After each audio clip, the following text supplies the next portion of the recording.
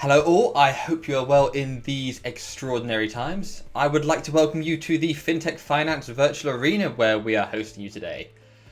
In this special arena, we're going global, and I do mean that very seriously. We're going very global, looking at the Global Fintech Index. Joining me today, I have Simon Hardie from findexable. How are you doing today, Simon? How has the lockdown been treating you? It's been great. Well, I say I'm great. The lockdown has been it's been challenging, to say the least. It's the longest I've been in one place in about 6 months in about 10 years, I think. So yeah, all good. It's been a long time since I've sat on a plane. I found myself sat by the washing machine just to kind of get the exactly. Well, let's get down straight into it. We've got to talk about findexable's Global Fintech Index. And anyone who hasn't been on it, you've got to check it out. But as a word of warning, it's an absolute Wikipedia-style black hole that will suck you right in, and it will be the middle of the night before you know it. I meant to spend about 5 minutes having a play on it, and I kind of was like, oh my god, I've missed a call. It's weirdly addictive. How would you describe it, Simon? Well, it's certainly been a journey. Just to sort of for those of you that haven't come across us, we founded last year. Our mission was to rank and score fintech innovation at the city and country level, and then to build down on the top of that a large global catalogue of fintech companies. We launched some rankings at the end of last year, which was basically the kind of first time that anybody had actually ranked any and all fintech countries or cities where there's any degree of fintech activity. We use that report to sort of raise awareness about what we're doing, and then build out our digital platform, which we launched last week. And that platform really, as you rightly said, Ali, is a map of fintech companies. You can zoom in, see the companies that are based in that location. If you're a fintech, you can add yourself to the map. If you're an association or an accelerator, you can also add yourself to the map. And what we're starting to do is to build out categorizations so that you can look at specific cities or countries and look at the specific types of fintech activity that's going on, be that payments, banking, blockchain, crypto, and so on and so on. So yes, it's a big task. What was the kind of the genesis of it? Because I would almost describe it as almost like the IMDb of fintech. Well, in essence, my company my previous company rather. It was a communications business. We spent a lot of time doing analytics research for customers, for clients, also for marketing purposes. And throughout the kind of period that sort of fintech has taken off, so over the last sort of 5-10 years, it became very clear that comparing markets in terms of the level, comparing fintech activity between countries and regions is pretty much impossible, even if you've got infinite amounts of time and very deep pockets, because lots of the information is kept behind paywalls. And what we wanted to do was democratize that, make it more transparent, just make it easier to find fintech companies, particularly in remote locations. Everybody knows about TransferWise, they know about Klarna in the Nordics, and so on and so on. But there's a world out there which is not being mapped or tracked, and there's a lot of exciting innovation happening. And we wanted to put that on a map and really sort of make it possible for these companies to be more visible, but also to find, ideally, as we build out the index, our mission is really to help them get more visibility, find partners, find investors. Now, when I first went on it, and I think you may have updated it, or I may not have been fully paying attention. But I had 5,000 fintechs on there, and now there's just shy of sort of 7,000 kind of registered on the index, which is, if you would ask me, oh, how many fintechs are there? I probably wouldn't have reached that number. But in terms of kind of sheer numbers of firms on there, Where do you see that? Where do you see that heading to in terms of mapping and cataloging all of these? Yeah, it's a really good question. If you talk to Boston, BCG, Boston Consultancy Group, they have something I think called FinTech Watchtower. I don't want to plug them, but they reckon they've got something like 20 odd thousand, or somewhere between 12 and 20,000 fintech companies. As you rightly said, we're tracking 7,000. I don't know is the honest answer, and that's kind of why we're here. I think we're coming at this not from a kind of data paywall perspective. We don't want to build a large team of people sitting in a room trying to find fintech companies. We want the market, much like a LinkedIn, we want the market to come to us and to see the opportunity to add themselves to the map at no cost. So where it will end up, I don't know. I suspect my guess is that we will end up at least north of 10,000 companies, maybe well beyond that. But we're working with partners. We have a large global partnership with Crunchbase, the West Coast, the US West Coast startup data company. We also have a network of now close to 50 association and ecosystem partners worldwide. We're working with them directly on a sort of day-to-day basis through a relationship with them to get more of their local fintech companies to look at the map and add themselves. So where it will end up, I don't know, but as I say, I think we'll certainly end up north of 10,000 in the next year or so. One of the obviously not on lockdown, but in the before times, we got to travel a lot, and one of my trips that I did, which really stuck in my head, was to go and speak to the banks in Mongolia, and I was amazed there at the opportunity for fintech, the lack of fintech, but then also what some of the banks there were actually doing. And one of the things this has uncovered for me is looking at Mongolia, for example. I was thinking, there's nothing happening in Mongolia. It's a population of 3 million in a very sparse area. But then you've got the likes of Super Up Insure, Jamuga, who I'd never heard of, and it blew my mind that I was uncovering these types of companies that I hadn't thought of to look there before. For yourself, what have been some of the surprises that have popped up of the types of companies and the locations of the companies? Well, I think the sheer, as you rightly say, something like Mongolia, it's the sheer diversity of fintech activity across the world. And we launched the index only last week.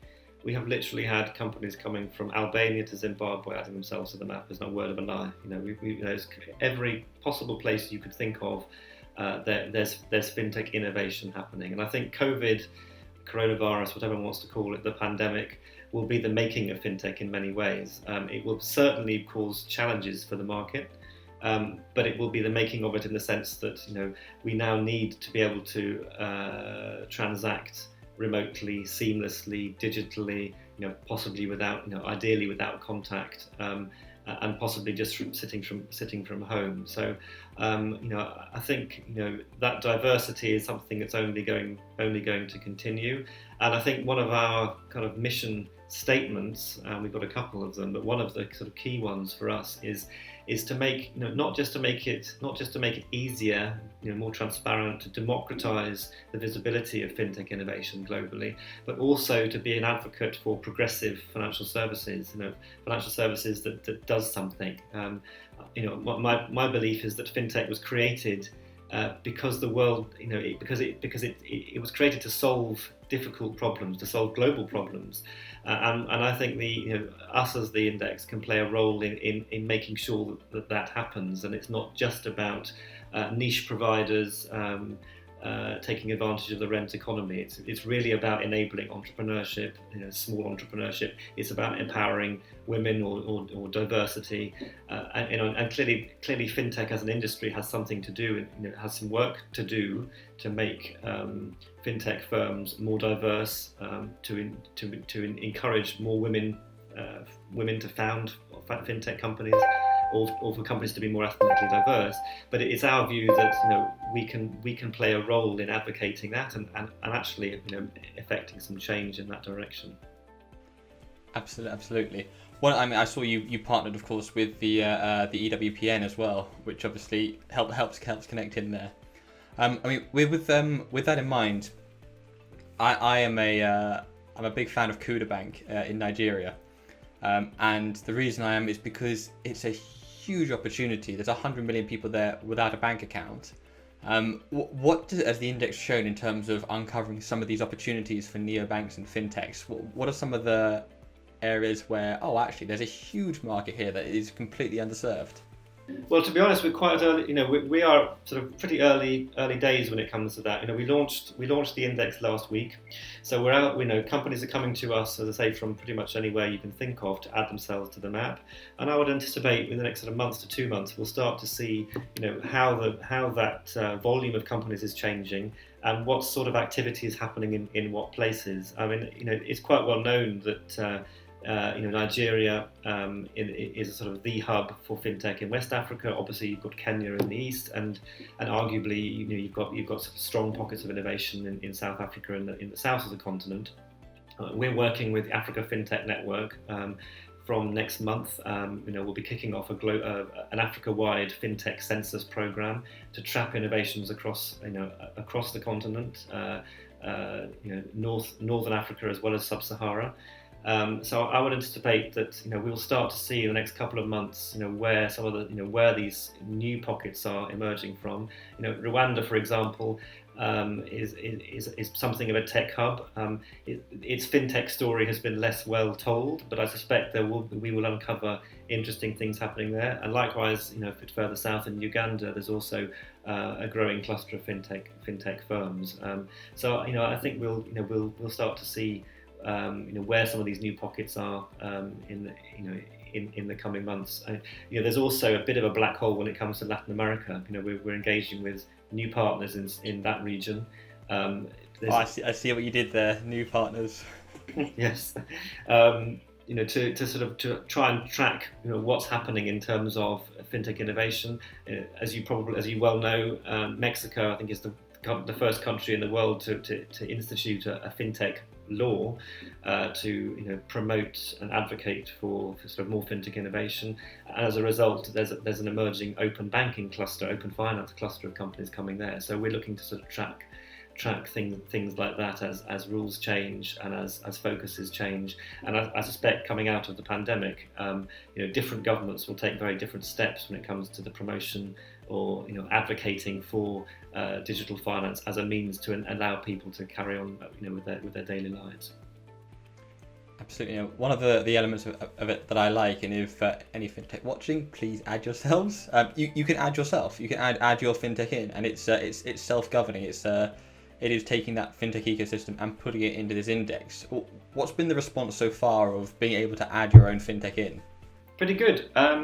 It's a technology platform. It's like everything. We're in a permanent beta stage. So where we're at the minute is that it is very simple for a company to add themselves. It's you simply go to gfi.findexable.com. It's a very straightforward 3-step sign-up process. You can then add yourself. That comes through to us, and our index team does a check to sort of validate that you're an excellent company and that you're a fintech, and we add you to the map.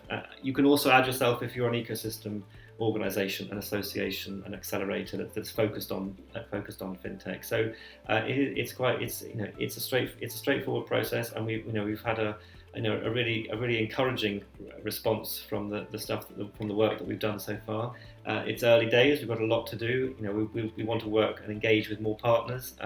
We don't have an enormous amount of fintech coverage in India, and actually we're a partner today with the Global Fintech Fest, which is a big virtual fintech festival run by the National Payments Corporation of India. So we've got sort of various initiatives going on to kind of identify, or fill gaps where we know that we have gaps. But the response so far has been really good. And as I say, it's a very straightforward process. Companies can also come to us. They will see that they may already be on the index, and they can claim themselves, so they can claim their own record.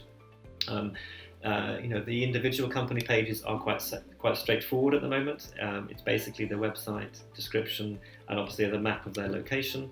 But we will be adding more features and more functionality. In particular, we want to look at the diversity, the makeup of fintech founding teams and executive teams, and we also want to ask questions about who are their target customers, because we think that's important from an investor perspective. We know that VCs are looking at fintech firms through the lens not just of where they're located or the vertical they're in, but also who they're targeting, and we want to start asking those questions. And in the coming months there'll be upgrades to the individual company pages that, as I say, companies can claim and own, and they can add what they choose to. They will be able to add or not what they choose to add about themselves, and we hope that they will, because it's our belief that as we build this out, more institutions, more investors will be looking at the index, so it's an opportunity to engage with partners or potential customers. Absolutely. I'm glad you said that about the executive team, because I have a question around this, which is executive teams are changing left, right and centre. How do you intend to keep this up to date? Is it going to be kind of sort of self-governing like LinkedIn? How do you intend to, especially as hopefully it does become more diverse, how is that going to be updated? Yeah, so it really has to be about, our view of the problem, as I said at the beginning, our view of the problem with fintech data is that there's almost no comparability. What data there is kept behind expensive paywalls, and it's quite often an analyst's view, or it's a set of analysts in a particular region. So particular companies will have a particular focus because they're in the US, or because they're in Western Europe, or because they're in Southeast Asia, and we want to really build a sort of LinkedIn model where we offer a free service. You can add yourselves to the map. We will optimize that consistently over time with more features, and then companies can go in and they will own their records, and they will improve the quality of the information that's on there, and obviously our team will check, validate the stuff that's important in terms of is this a fintech company, and there's a question around that, and I can come back to that. Is this a company that exists and is trading, and so on? And then also, we also run. There is actually a ranking of fintech companies on the index already. That's actually a web score. It's our belief that obviously web presence of a fintech firm is what is sort of key to a fintech company's success. So we are actually at the moment algorithmically ranking fintech companies according to the weight of their website, much like an Alexa or a Google search ranking.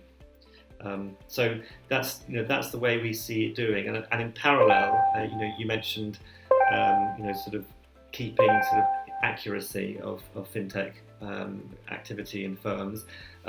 So we also have a sort of a data mission, a data objective. Fintech is a global industry, but there are no globally agreed standards or definitions of what is and what is not fintech. And certainly when it comes to classification within it, it's very blurred.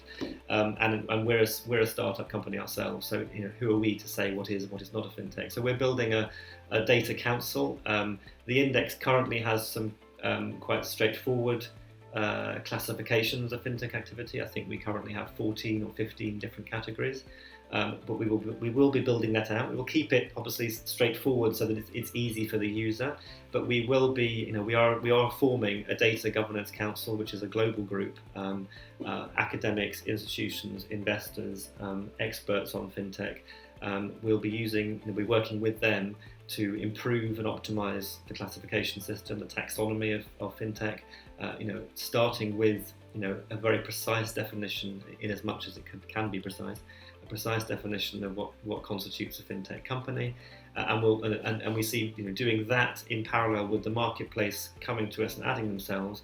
That is the way to create the kind of the most accurate picture and ultimately benchmark of fintech in different countries. Absolutely, I think you have a similar problem to I know I have with our database, which is if somebody works for HSBC. Are they working in the retail side? Are they working in corporate, insurance, and wealth? It's and then you'd have a a Finastra. Is Finastra a fintech? Yes. Is it in regtech? Yes. Is it in wealth tech? Yes. It's in everything. Is it a platform? Yes. That's right. So that's going to be fun for you to categorize. It is. I mean, I think there's no perfect world, of course, but and ultimately, it doesn't need to be absolutely perfect, but it needs to be relevant and useful and usable. I think it's also very easy to overcomplicate and overclassify, in which case nobody will ever find anybody, because they'll all be in categories of one. So what we're coming at this from a rational point of view, which is regulators, governments, fintech companies themselves, need to understand. There needs to be a definition of what fintech is for multiple reasons. If fintech is about purpose, then how does purpose relate to the definition of a fintech company?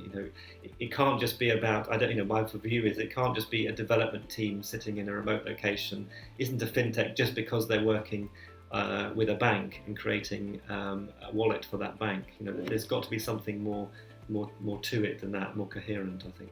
That reminds me of our friends at Fintech Talents have been posting a series of fintech is, and then there's lots of what it means there, and it's nice and broad for you. One thing that I do find quite fascinating about this is the rankings on this, particularly on the kind of the ecosystems all around the world, and there's the country rankings. Brazil, amazing, right up there. What have been some of the surprises with this, apart from obviously Brazil? And San Francisco higher than London, really? Yeah, well, I think the surprise when we ran the algorithm, and bear in mind the algorithm looks at 3 scores. It looks at quality of companies that are in the location, it looks at the quantity of them, and it looks at the business environment. So it's a holistic view of not just the population of fintechs in a city or in a country, but also the environment itself.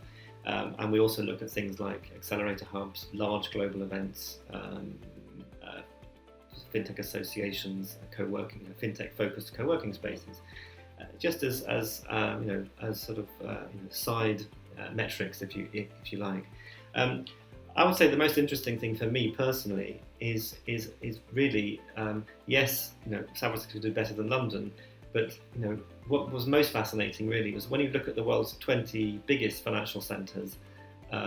So as scored by the GFCI index, the Global Financial Centres Index, which has been around now for 20-something years, I think, nearly half of those large top 20 financial centres were not in the top 20 fintech centres. So what for me was interesting really was the fact that fintech genuinely is a global phenomenon. It's not tied to capital, it's not tied to the banking density in a particular city, and it's certainly not tied to Western financial centres. It's really something much more, it's different. It really actually is a blend of finance and technology, but it's really about solving problems in remote locations as much as in emerging markets or emerging regions as much as it is about solving problems in San Francisco and London or New York. I would say the other interesting thing is that someone like Tel Aviv, which is not far from where I am today, dropped in the rankings in fintech relative to startups, whereas somewhere like Singapore did extraordinarily well. And also Vilnius in Lithuania also did extremely well. And when you look at what's happening there, yes, Israel has an incredible, a pretty much unrivaled startup ecosystem, given its size, location, and the scale of the companies that it's created. But if you compare it to what's happening in somewhere like a Singapore or a Vilnius, those places have really focused on fintech. Holistically, they've implemented rules and laws. They've made it much easier and attractive for fintech companies to be based there. They've physically tried to bring fintech innovation into their locations, and they've set up not just the rules but also the ecosystem itself has been made to be fintech friendly. So I think that's that first ranking, that's really some of the 2 key messages it was saying to us, which is one, fintech is not Western banking reinvented. It really is not that, which is quite exciting. It's a totally different beast. And 2 is that any country, big or small, and especially small, when you look at the index as a whole, all the 238 cities that we currently track. when you look at those, it's the small places that are actually proving themselves able to punch well above their weight, to the point that Lithuania as a country came fourth globally. And that may change because the algorithm is relatively new and we will do some optimization.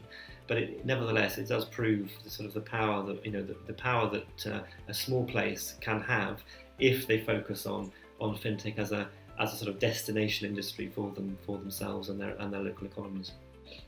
Actually, I think Malta was another one that surprised me with how high that was ranked. That was a surprise. Well, thank you so much for this. I've learned a lot, and I'm gonna probably spend a bit more time on this because it is you do get that kind of Wikipedia black hole where you go, oh, this one, going through that, which is amazing. Where's the best place to reach out to you and to find out more? Sure.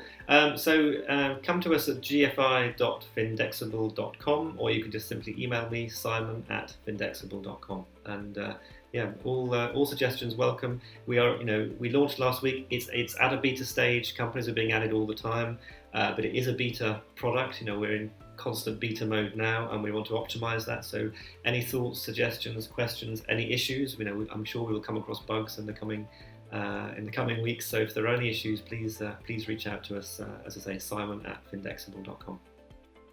Brilliant. Awesome. Thank you, Simon. Thanks, Ali. It was a pleasure talking to you, and thanks for the opportunity. It's been a great chat.